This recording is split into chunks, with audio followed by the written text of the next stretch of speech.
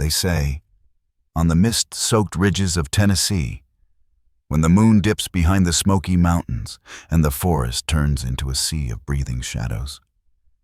Something still moves out there. Something not quite animal, not quite spirit. The old Cherokee whisper its name, like a warning carried by the wind, Wampus Cat. No one knows when that name was first spoken. But sometime in the early 1800s, when white trappers, scouts, and soldiers began cutting trails through the Cherokee hunting grounds, men started vanishing without a trace. Days later, the forest would give back their rifles, their packs, but never their bodies. Those who returned alive, returned hollow-eyed, shaking, whispering about a presence that watched them from the dark. They described two glowing eyes, steady amber unblinking, tracking them from ridge to ridge, always just beyond the torchlight. Sometimes it padded alongside their horses for miles. Sometimes it screamed a sound between a woman's wail and a panther's roar. Then silence, always silence after. In one soldier's journal dated 1818, scrawled in faded ink, a line survives. My horse refused to move. The night grew still. Then I heard breathing heavy, slow behind me. I turned and saw two lights in the dark. Eyes not lanterns. I fired my musket. Nothing fell. But in the morning, every track I made was gone. Newspapers from the Appalachian frontier later carried strange accounts like this one. Unexplained tracks. Near Cherokee Trail, locals speak of a spirit cat. The locals believed it was no beast of flesh and blood, but a guardian, the restless soul of a woman cursed for trespassing on sacred ground. Or perhaps the forest's own protector, born from an ancient story older than any tribe remembered. And yet the most haunting part wasn't what the survivors saw, but what they felt. They said it knew them. It knew when they entered its woods. It watched. It waited. It chose. Even now, some nights, travelers in eastern Tennessee claim to hear that low growl rolling through the fog, half growl, half whisper, the kind that prickles the skin before you even understand why. So if you ever find yourself alone on the old Cherokee trails beneath a waning moon, stop for a moment. Listen. Because somewhere between the trees in that stillness older than time, those eyes might still be watching you. Unblinking, silent, waiting for you to notice them first. Before the Wampus Cat became a campfire story, before it was whispered in the lonely hollows of Tennessee, it was a shadow in the heart of an ancient land. A place the Cherokee called home long before the first wagon creaked over the Blue Ridge. Back then, the forest was endless miles upon miles of dark pine and hickory, where rivers shimmered like veins of silver and fog curled through the valleys as if the earth itself was breathing. The Cherokee said the mist was alive, that it carried voices from the spirit world, messages for those who knew how to listen. To the Cherokee, the world was not divided between the living and the dead. It was layered, a realm of balance, where every living thing had a spirit, and every spirit remembered its place. The mountains were the bones of ancient beings. The rivers were their songs. The wind was their whisper. A hunter who forgot to offer a prayer before taking an animal could bring down a curse upon himself, not from a god above, but from the forest around him. This belief system, Anivda Kwaloski, the unseen spirits, shaped everything. It was said that each creature had a guardian spirit, a keeper of its kind. For the great cats of the mountains, the panthers and cougars that once ruled these hills, that spirit was fierce, feminine, and sacred. During special ceremonies, Cherokee shamans would wear masks carved in the likeness of the mountain cat, their painted eyes glowing by torchlight, their chants calling upon its power of stealth, strength, and perception. And yet, according to the old tellings, it was during one such ceremony that balance was broken. There was once a woman, some say the wife of a great warrior. Others claim she was a curious spirit seer herself, who longed to understand the secrets that only men were permitted to know. She followed the sacred rites of the warriors one night, hiding among the trees, watching as they danced in the firelight, wearing their cat masks and invoking the guardian spirit. But she was seen. The mountain spirit, angered by her intrusion, came down upon her in wrath. Cursed for her defiance, she was bound forever to the creature she had tried to imitate. The mask fused to her face, the claws grew from her hands, and her eyes, once human, burned with the yellow fire of the cat spirit. She fled into the forest, half human, half beast. And from that night onward, her cries echoed across the ridges whenever the moon was full. The Cherokee called her Whiskey, the woman of the wild eyes. Others called her the cat woman of the woods. But the old hunters who claimed to have seen her glowing eyes in the dark gave her another name, one that would later evolve in the tongues of settlers into Wampus Cat. When the white settlers arrived, they didn't understand the layers of meaning in these stories. To them, the forest was wild land to be conquered, not sacred ground to be respected. They built cabins near ancient burial mounds, cut down trees that were once seen as dwelling places of spirits, and hunted animals without prayer or purpose. To the Cherokee elders, this was a disturbance of the balance, a provocation that would stir the unseen forces of the land. The first settlers to disappear along the old Cherokee trails blamed wolves or panthers. But the Cherokee whispered otherwise. They said the spirit watcher had awakened again, the woman beast who guarded the boundaries between the seen and the unseen. A missionary journal from 1803 records one of the earliest written references to the legend. As the moon waned over the valley, our guide refused to go further. He claimed a spirit woman lived within the hollow one, with the face of a cat and the eyes of fire. I heard a scream that chilled my very blood, like a woman crying for help, yet too long, too hollow to be human. By the dawn of the 19th century, the legend had evolved, shaped by fear, by loss, by the clash of two worlds. The Cherokee saw her as punishment for broken balance. The settlers saw her as proof that the wilderness itself was hostile to man. And somewhere between belief and misunderstanding, the Wampus Cat became both a creature born from guilt, fear, and the long memory of the land. In the Smoky Mountains, there are still places where people refuse to build. Locals call them the sleeping woods. They say no birds sing there. No hound will cross those ridgelines. And when fog rolls thick across the valley sometimes, you can hear her footsteps, soft, deliberate circling, just out of sight. The legend of the Wampus Cat isn't merely a ghost story. It's a remnant, a whisper of an ancient covenant between the Cherokee and their living world, a warning that the land itself remembers what it's owed. As the frontier pressed deeper into the wilderness of Tennessee, fact and folklore began to twist around each other like vines, indistinguishable, inseparable. By the early 1800s, reports of strange cries and vanishing travelers along the old Cherokee paths began to surface not only in local gossip, but in the printed pages of American newspapers. It was a time when monsters and mysteries sold papers. Yet many of these accounts came from men not prone to superstition. Soldiers, surveyors, and trappers hardened by the frontier. The first written trace of the Wampus Cat legend appeared in the Knoxville Gazette, January 1821. The article, brief and oddly restrained, read, "Frontier scouts report an apparition resembling a mountain cat of unnatural size and countenance near Tellico. The beast is said to move with human-like cunning and to utter a cry that chills even the bravest. Tracks found in the earth vanish within yards as though the creature took to the air." The next month, the Franklin Chronicle ran another piece, less cautious, more sensational. "A most peculiar disturbance has troubled settlers along the Tennessee River. A voice like that of a woman crying in distress has been heard nightly. Those who search for the source return, shaken some babbling of a shining pair of eyes and a smell of brimstone. The language was the language of its era, singular occurrence, inexplicable tracks, womanly cry in the wilderness. But beneath the Victorian phrasing lay a pattern.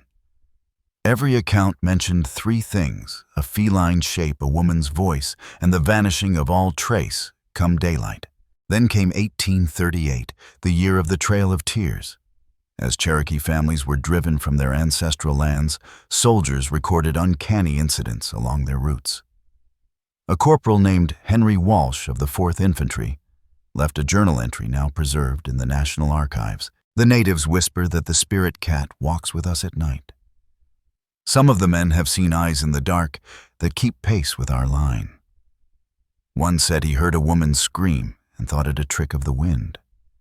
Yet the horses would not rest. The elders say it is a guardian left behind, mourning the land that is being stolen. A chilling thought that even as the people were exiled, their legend refused to leave. The forest had kept its sentinel. By the 1850s, the panthers and cougars of the Appalachians were nearly gone hunted for bounty. Yet reports of an enormous cat persisted. In 1853, the Nashville Union published a brief but disturbing note. A trapper named Keaton, long familiar with the hills near Duck River, was found lifeless upon the trail, no sign of struggle about him. His musket was unfired. Beside him, a single-track feline, yet too large by half, which vanished before the riverbank. The coroner's statement was inconclusive. Some blamed mountain fever, others said heart failure. But a few of Keaton's companions whispered of seeing a figure watching from the trees as they buried him, a cat that stood too still and whose eyes reflected no light. In the decades that followed, the legend began to mutate. Frontier newspapers printed serialized mystery beast stories, blurring journalism and campfire lore. Still, eyewitness statements kept echoing the same uncanny details. In 1872, the Memphis Appeal ran an editorial describing a rash of livestock mutilations. The culprit leaves no tracks by day, only strange marks near the barns by morning. The dogs refused to follow. One witness claims the thing moved on 2 legs before dropping to 4. That same year, a letter appeared in the Southern Agriculturist from a farmer in Giles County. "Sir, I am not a man of fancy, but I swear upon the Bible that I have seen a creature with the face of a woman and the tail of a cat crossing my field by the light of the moon. My horse screamed and fell. The creature looked back once and was gone." By the 1880s, folklore collectors began cataloging these accounts. The ethnographer James Mooney, in a private note dated 1889, wrote, "Among the Cherokee there survives a tale of a cursed woman who took on the spirit of the cat. Among the white settlers, this tale has taken root anew, adapted to their fears of the wilderness. Both see in her the price of trespassing, whether upon sacred ground or untamed nature itself." That same year, loggers in the Cumberland Plateau filed strange incident reports with the Tennessee Timber Company. One read, "Every night something circles the camp. We hear claws on wood, then a woman's laugh. The next morning our tools are scattered as if thrown by a giant hand." The company dismissed the reports as frontier hysteria. Yet weeks later, one of the foremen, a man named Harlan Pike, vanished during a night patrol. They found his lantern still burning, half buried in the mud. Nearby, deep gouges raked the bark of a pine tree 6 feet above the ground. In 1896, the Pulaski Citizen published perhaps the most striking headline, "Panther or Phantom Farmers, Terrified by Nightly Visitations." The article described mutilated livestock doors torn from hinges and tracks that glowed faintly in the dark, as though traced by foxfire, the writer said. Preachers called it the work of the devil. Scientists scoffed. But when the reporter spoke with an elderly Cherokee woman who still lived in the hills, she gave a different explanation entirely. "It is not evil, it is sorrow. It walks because the land remembers. The land always remembers." Those words, printed in the final paragraph, vanished in later reprints, quietly edited out by the editors, who feared their readers might take them too literally. And so, by the turn of the century, the Wampus Cat had become both a folkloric creature and a documented anomaly. There were no photographs, no bodies, no proof. Only the weight of repetition, the stubborn consistency of detail. To historians, it was evidence of how myth fills the vacuum of fear. But to those who lived in those valleys, hunters, farmers, and the last Cherokee families, it was not myth at all. Even as the age of railroads and telegraphs dawned, They still spoke of nights when the fog thickened like breath, when the woods grew silent as if listening, and when for just a moment they caught the glint of two amber eyes watching from the tree line. 100 years later, their descendants would still tell the same story, that the Wampus Cat is not a legend to be disbelieved. It is a memory that refuses to die. In the heart of the Cherokee world, where rivers coiled through the mist like living veins and the mountains stood like ancient sentinels, stories were not entertainment. They were instruction, memory, and warning. The Wampus Cat was one of those stories, and unlike the shapeless phantoms that haunted the night, she had purpose, history, and name. Her earliest form in the oral traditions of the Cherokee was not monstrous at all. She was born from a human act, curiosity, defiance, and the breaking of spiritual law. In one of the oldest tellings, she was a young woman named Running Moon, wife to a brave hunter who led the sacred night ceremony called the Spirit Dance of the Cat. Only men were permitted to attend for it, invoked the guardian of stealth, Tzul'kalu', the mountain cat spirit keeper of boundaries and shadow. But Running Moon longed to see what power her husband called upon. She fashioned a mask from deer hide and painted it with soot creeping through the trees to watch the dance in secret. When the men discovered her spying, they pleaded with the spirits for mercy. None came. A wind rose through the clearing carrying the scent of pine and blood. Running Moon's cries became a scream, and when the wind died, the hunters saw her shape fused with that of a great cat, her eyes burning with golden fire. She fled into the wilderness, cursed to walk forever between the human and the animal, between the seen and the unseen. From then on, she became Ithawiski, the woman of the wild eyes. Her punishment was eternal. She would guard the threshold between the world of the living and the world of spirits. But with time, the Cherokee began to see her differently. Her curse became her purpose. They said she was no longer the punished, but the protector, the living memory of balance. When men grew cruel or greedy, when the hunters killed without offering prayer, when settlers disturbed burial mounds or cut down the sacred cedar trees, her eyes would appear in the dark, glowing between the trunks like silent judgment. Elders told that she walked the borders of every village, invisible, but listening. Her ears could hear the dishonesty in men's words. Her claws could scratch a liar's door at night. Children were taught never to mock the spirits, never to wander into the forest without permission, because the watcher was always near. She became more than myth, she became law. Among the Cherokee stories of the Anivdaqualoski, the unseen spirits were part of the spiritual fabric of life. The world, they said, was layered like fog. Beneath the visible world lay another full of eyes and memories that humans had forgotten. Every mountain had its guardian, every river its keeper. The Wampus Cat was one of these keepers, a sentinel born of human error, but claimed by the forest as its own. When European settlers began to move westward into the mountains, they brought their own ghosts with them. Celtic tales of spectral cats, witch spirits, and shapeshifters that stole breath from the dying. And so the Ithawiski merged with the Kate Sheedy, the fairy cat of the Scottish Highlands, and became something new, something half-remembered by both peoples. In the Appalachians, this fusion created an entirely new branch of folklore, mountain superstition wrapped around Cherokee cosmology. The settlers spoke of the cat woman of the Smokies, of the witch of the Cedar Hollows. But even as the name changed, the spirit stayed the same, the embodiment of nature's reckoning. In the hollows and ridges of Tennessee, elders began to teach that hearing her cry was a warning of imbalance. Her scream, half woman, half panther, meant death was near. Miners crossing the Cumberland Plateau in the 1870s claimed that when the tunnels trembled or caved, they heard her wail echo through the stone. Hunters whispered that if your dogs refused to enter the woods on a clear night, it was because she was walking. Superstitions multiplied. If you saw a black cat watching from the edge of the field, you must turn back.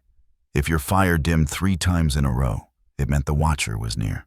If you dreamed of yellow eyes, someone you knew had angered the land. But beneath these omens lay a deeper layer of Cherokee truth that the world remembers. The forest is not dead matter. It is spirit-aware and sentient. The Wampus Cat was not a ghost in that world, but the voice of its remembrance. A story collected in 1887 by folklorist Daniel Butrick tells of a hunter who killed a deer and mocked the old ways, refusing to offer thanks to the spirit of the animal. That night, he was awakened by a sound like breathing inside his cabin. When he reached for his rifle, he saw two eyes glowing outside the window, high off the ground, unblinking. The next morning, the tracks of a great cat circled his cabin 6 times. He left the woods that day and never returned. The old Cherokee who told that story ended with a simple truth. It is not the cat that kills, it is the memory. The spirit remembers disrespect. These stories traveled far beyond tribal boundaries. Loggers, railroad workers, and soldiers stationed in the mountains during the Civil War all returned with tales of a woman-cat figure watching them in the dark. Some swore she spoke in Cherokee. Others said she whispered their names in perfect English. Each encounter was the same, a pair of eyes in the dark, and the feeling of being measured. By the dawn of the 20th century, the Wampus Cat had become an enduring archetype, part myth, part conscience, part remnant of a vanishing world. To the Cherokee, she was still a spirit of balance. To settlers, she was a witch beast, a warning of the price of sin. But in both tellings, she was a keeper of thresholds, the point where human arrogance meets the patience of the land. In modern Appalachia, the story still survives. Hunters still whisper her name when fog rolls in thick over the ridges. Locals still swear that some nights the forests go quiet for no reason at all. No birds, no crickets, only the sound of something breathing far off in the dark. And sometimes they say, if you wait long enough, the silence itself begins to feel alive. And you'll see 2 faint lights hovering among the trees, like embers caught in the fog. Eyes that do not blink, eyes that do not move, eyes that have been watching since before men learned to write their own names. Because to the Cherokee, the Wampus Cat was never about fear, it was about respect. And the land, they say, never forgets those who forget respect. The story of the Wampus Cat did not die with the old Cherokee villages, nor did it fade into silence when the last fire of exile went cold. Like smoke that clings to stone long after the flame is gone, her story followed those who came after scouts, settlers, soldiers whispering through their camps and cabins, changing shape but never its meaning. The same watcher in the woods, the same eyes in the dark, only the names changed. The Frontier Echo, early 1800s, post-removal period, after the Cherokee were driven from their lands in 1838. Something seemed to linger in the forests they left behind. The soldiers who marched those families westward wrote in their logs about odd cries at night, like a woman screaming through the trees, or a panther's voice caught in wind. One officer, Lieutenant George T. Willis, noted in his 1840 field report, "The men claim the woods are haunted by an unseen presence. Horses grow restless after sundown. Last night, we saw 2 reflections at the edge of camp, not lanterns nor fireflies. When fired upon, nothing fell. The Cherokee who remained behind said quietly that she stayed, that the spirit woman of the cat, the old watcher, refused to leave the sacred homeland, even when her people were forced away." By the mid-19th century, settlers moving into eastern Tennessee began to adopt the story. They renamed her the Cat Woman of the Hollows, the Smoky Sentinel, or simply the Screamer. Every generation changed the shape of her legend. Yet her pattern remained. She appeared when the land was wrong, when the woods were taken without reverence, when the silence of the hills turned heavy and watchful. The war-torn hills, Civil War era, 1860s. During the American Civil War, when brother fought brother in the same valleys that once belonged to the Cherokee, the legend took on new power. Soldiers from both sides began reporting strange incidents in the Appalachian campaigns. In a letter dated 1863, Confederate Private James Holcomb wrote, We bivouacked near the Tellico Hills. At midnight, the men heard a scream like a woman. Some swore it came from the ridge, others said from within the fog. A Cherokee guide spit into the fire and muttered, "It is the Watcher. She walks before battle." The next morning, we lost 6 men to a Union ambush, the same ridge where the sound had come. Union soldiers told similar tales. A corporal from Indiana, stationed near the Hiwassee River, described 2 burning lights in the forest that seemed to move as they marched. Not animal, he wrote, but thinking it followed our column. In a landscape soaked in death, her legend became a dark mirror. For the Cherokee, she had once guarded the balance between man and nature. Now it seemed she guarded the memory of the land itself against the blood of men who would not learn. By the end of the war, the Wampus Cat had become a ghost of 2 nations, the native and the new, both claiming her and both fearing her. The industrial invasion, 1870s, 1890s. Then came the age of machines. The forests that had once whispered with spirits now echoed with axes, steam engines, and dynamite. Logging companies carved deep wounds into the Appalachian ranges, digging for coal iron and fortune. And with every cut of the blade, more sightings appeared. In 1874, the Chattanooga Daily Times published a report from the Cumberland Plateau. Loggers refused to continue work after several nights of frightful cries from the timberline. Tracks resembling those of a great cat were found, though each appeared half man-sized. One worker claimed to see eyes glinting from the treetops. The locals speak of an old woman cat that protects the hills. Rangers sent to investigate dismissed the accounts as hysteria. Yet by year's end, 2 men had vanished. Their tools were discovered in the brush handles, snapped clean in 2. Miners told of strange happenings underground walls that groaned, tunnels that collapsed only after a cry echoed through them. "She doesn't like the dark being stolen," one Cherokee worker said quietly. The company called it superstition.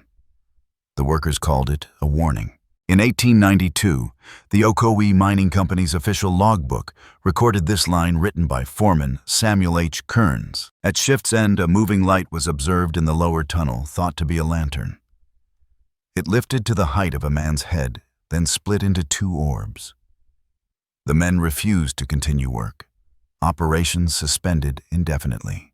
That mine never reopened. The modern frontier entered into 1930s. As Tennessee transformed, as trains replaced trails, as roads carved through the old hunting grounds, the legend only deepened its roots. It became part of Appalachian folklore, preserved in whispers, songs, and cautionary tales told by lamplight. The Wampus Cat was no longer a Cherokee myth alone. She had become a universal symbol of nature's vengeance and memory. Mountain folk said, if you heard her scream a sound between a woman's wail and a panther's growl, someone would die before the week was out. A retired trapper interviewed by the Asheville Gazette in 1908 described hearing it while crossing the Smokies. It started like a cat's cry, then turned into something that sounded human, like grief turned into sound. I never went back there again. By the Great Depression, the story had shifted again. Families struggling to survive blamed the Watcher when crops failed or children fell ill. To them, she wasn't evil. She was a sign, an omen that the earth had gone unbalanced. In 1933, the Works Progress Administration, WPA, began collecting folklore from Appalachian communities. One elderly Cherokee woman from Swain County told the interviewer, "When the land is angry, she walks. When the people forget to thank the rain, she walks. You don't see her. You just feel her pass through your bones." When the Great Smoky Mountains National Park was created in 1934, the relocation of mountain families stirred old fears. Workers clearing the land for trails reported unexplainable noises, missing tools and claw marks on newly cut trees. One park ranger's log entry read, "We hear her sometimes when fog settles thick, a low growl that circles and fades. The Cherokee guides won't stay past sunset. They say she guards what we've taken." The Watcher returns, 1940s, 1970s. By the time the Second World War erupted, the Wampus Cat had left the mountains in name, but not in spirit. Soldiers from Tennessee, North Carolina, and Georgia carried her legend overseas, telling it in trenches, jungles, and foxholes. A letter home from a Marine corporal stationed on Guadalcanal in 1943 contains this eerie line: "The forest here is alive. Sometimes I think I see her, those same eyes Pa told me about, yellow watching from the trees." The boys laugh and call it nerves, but I swear she followed us across the ocean. After the war, stories continued to surface among veterans who returned to the quiet woods of home. They said the silence of those forests, after all the noise of battle, felt too alive. Some claimed the eyes they saw overseas were waiting for them back in the hills of Tennessee. By the 1960s, folklorists noted a curious transformation. The Wampus Cat was no longer described as a monster or omen of death, but as a witness. Appalachian poets and storytellers began calling her the Rememberer, the spirit that holds the memory of what humans destroy. A verse collected in 1964 from an anonymous mountain poet read, "She walks where the trees were cut and the rivers forget their names. The land has no tongue, so she took it for her own." Her legend now carried something mournful, not fear, but grief. She had become the soul of a land that refused to forget what it had lost. The Last Connection. Modern Reflections, 1980s, present. Even into the late 20th century, reports continued.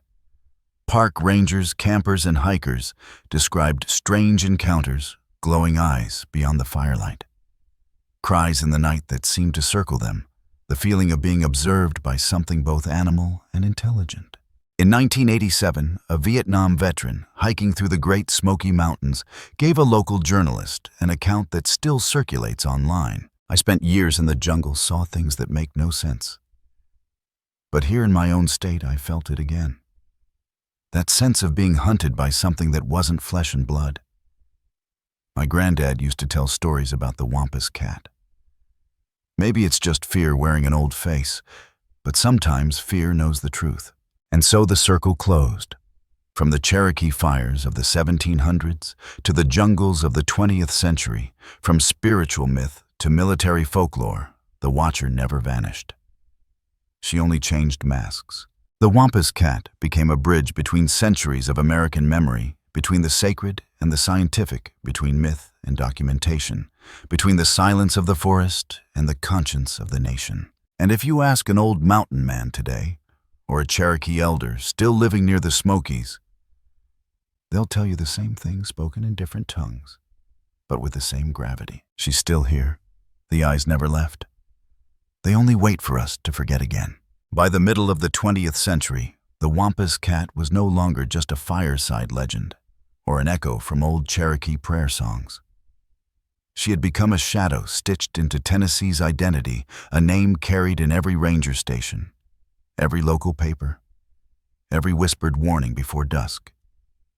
But the deeper the world pushed into her domain, building roads, mapping valleys, mining old veins of copper and coal, the stronger the pattern of fear began to return.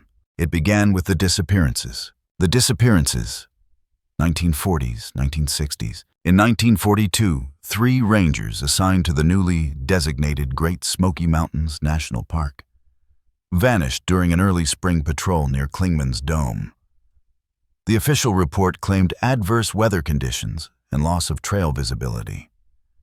But local residents told another story of cries echoing through the fog that night, like a woman's scream buried under a cat's growl. When search parties combed the ridges days later, they found strange evidence: claw marks along pine trunks 6 feet high, deep impressions in the mud resembling feline paws. But each print had 5 long fingers, not 4. The report was sealed. The families were told the men likely fell into a ravine. But in nearby Cherokee villages, the elders said quietly, "The Watcher has taken them." They cut where they should not have cut. By 1957, similar stories began to reappear in the borderlands between North Carolina and Tennessee, campers waking to the sound of soft breathing outside their tents, hunters returning to find their fires scattered and their rifles bent as if by unseen hands. In one particularly well-documented case from 1959, 2 university researchers from Knoxville collecting soil samples in the Unaka Range, vanished overnight. Only their truck remained doors open, keys still in the ignition. A ranger found the passenger side window cracked, not shattered but clawed. 5 deep grooves cut into the glass, stopping precisely where the driver's face would have been. The recordings and the sound.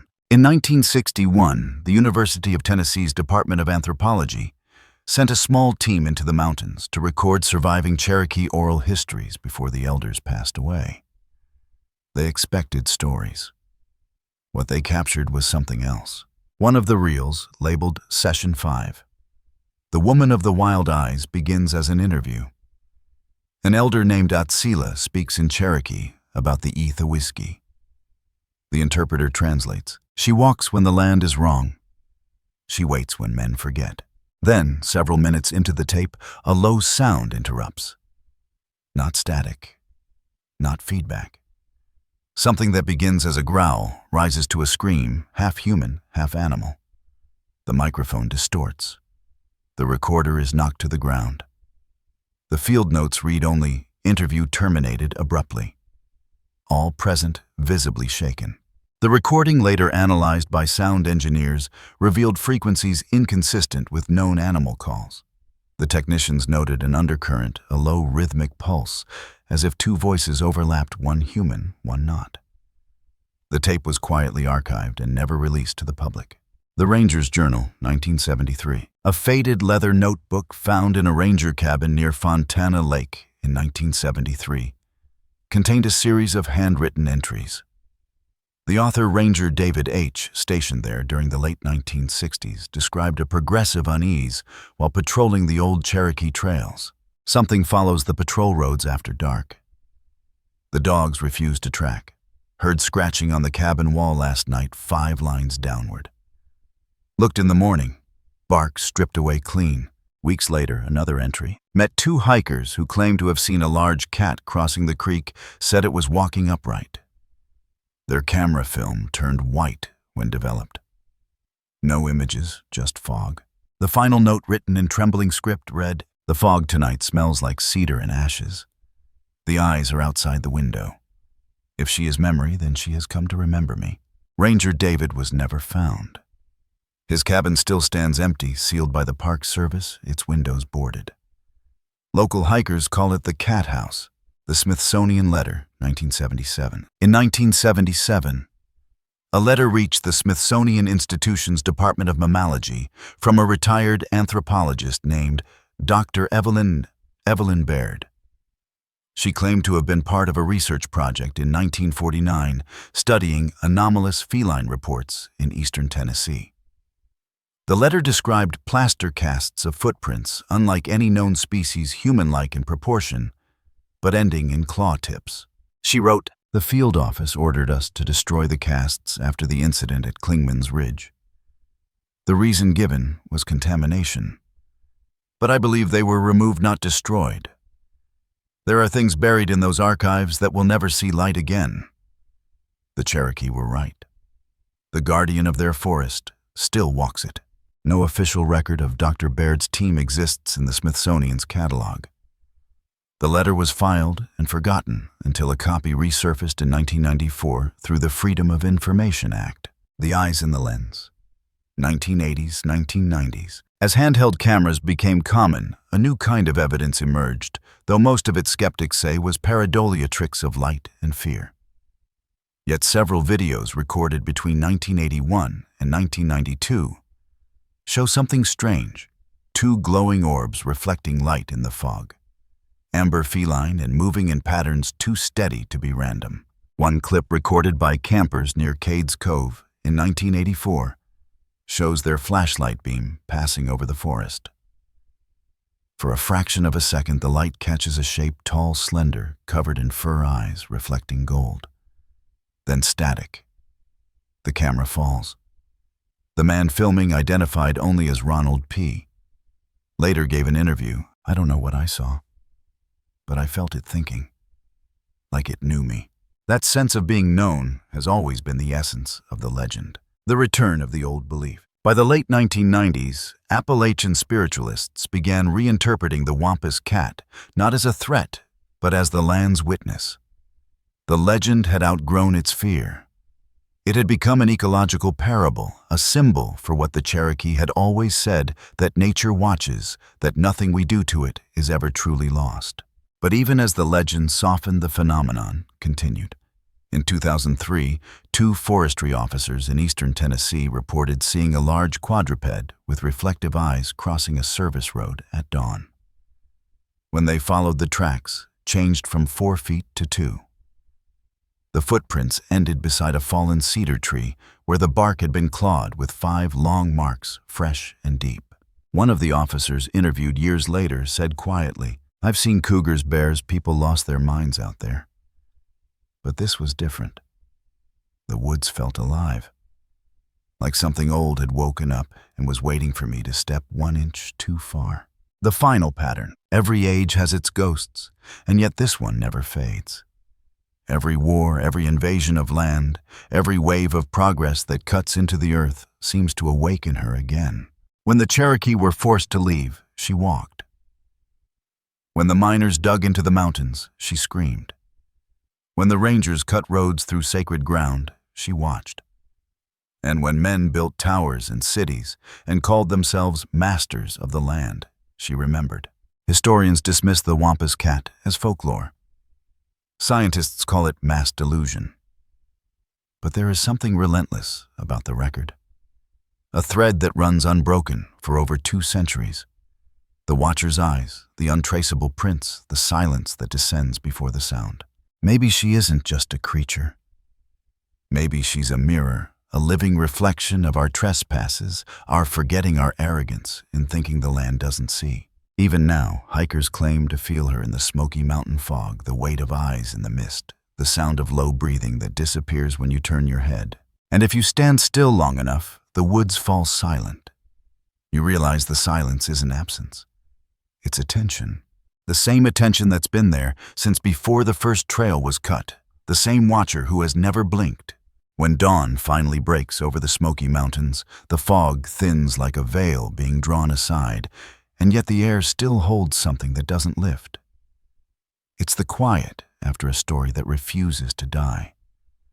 The kind of silence that feels aware. No one truly knows what the Wampus Cat is, not the scientists, not the folklorists, not even the Cherokee elders who inherited her name.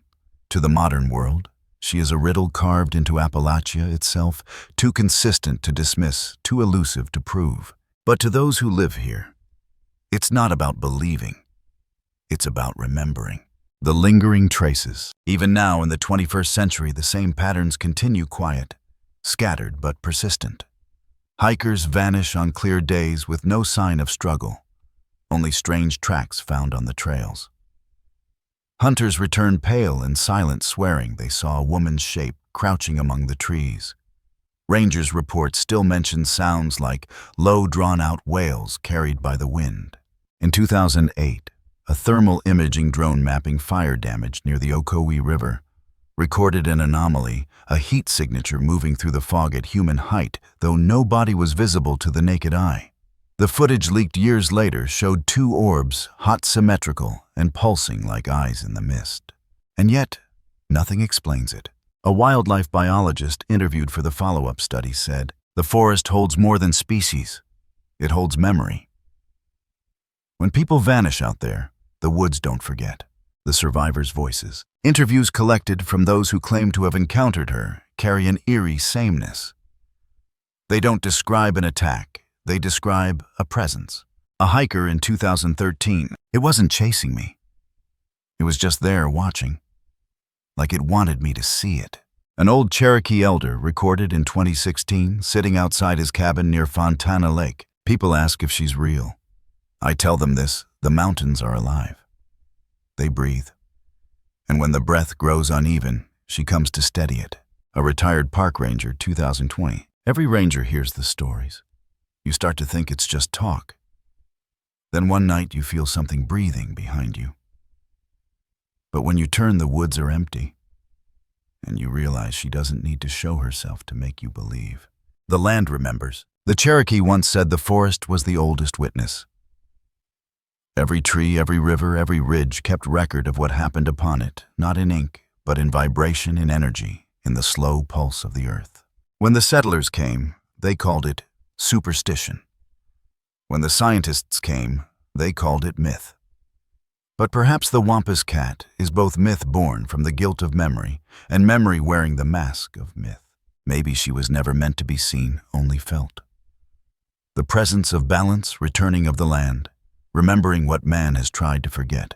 And in that way, her curse has become her gift.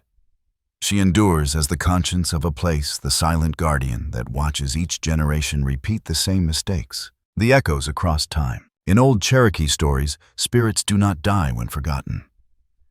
They sleep waiting for someone to wake them with a word, a sound, or a trespass.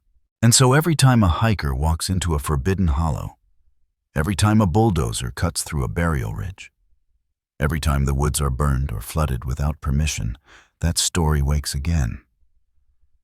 The Wampus Cat rises, reborn in new eyes, new voices, new centuries.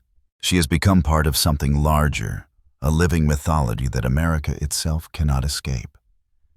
From the mountains of Tennessee to the mines of Virginia, from the forests of the Pacific to the battlefields overseas, the same motif returns a watcher in the dark, punishing those who forget what the land is worth. Because this isn't just a Cherokee story anymore. It's the story of us all, of what happens when we stop listening to the world that made us. The cinematic epilogue. Imagine this final scene. The camera drifts low through the Appalachian fog. Morning light cuts through a forest that feels half alive, half dreaming. A single track presses into the damp earth, human in shape yet ending in the faint trace of claws. A whisper echoes through the valley, half wind, half voice. The watcher remembers. The frame lingers on the trees as they sway. And in the shadows between them, two faint points of light appear. Golden calm, unblinking. They do not move. They only watch. Cut to black. The final words. Maybe the Wampus Cat isn't a creature at all. Maybe she's an idea, the forest's way of telling us that forgetting comes with a price. In a world that cuts, burns, drills, and takes without asking. Maybe her story survives because deep down we know it's not finished. Because the watcher isn't gone. Because the silence of the forest still feels like someone listening. And somewhere in the dense mist of the Smoky Mountains, something ancient still waits not to hunt, but to remind. That the land has memory. That the forest has eyes. That every step we take leaves an echo. And that some echoes never fade. You've just heard another story from the forgotten trails of America, where folklore and truth still walk side by side. If you wish to hear more, stay with us. Listen closely, because in stories like this, the watcher is never far.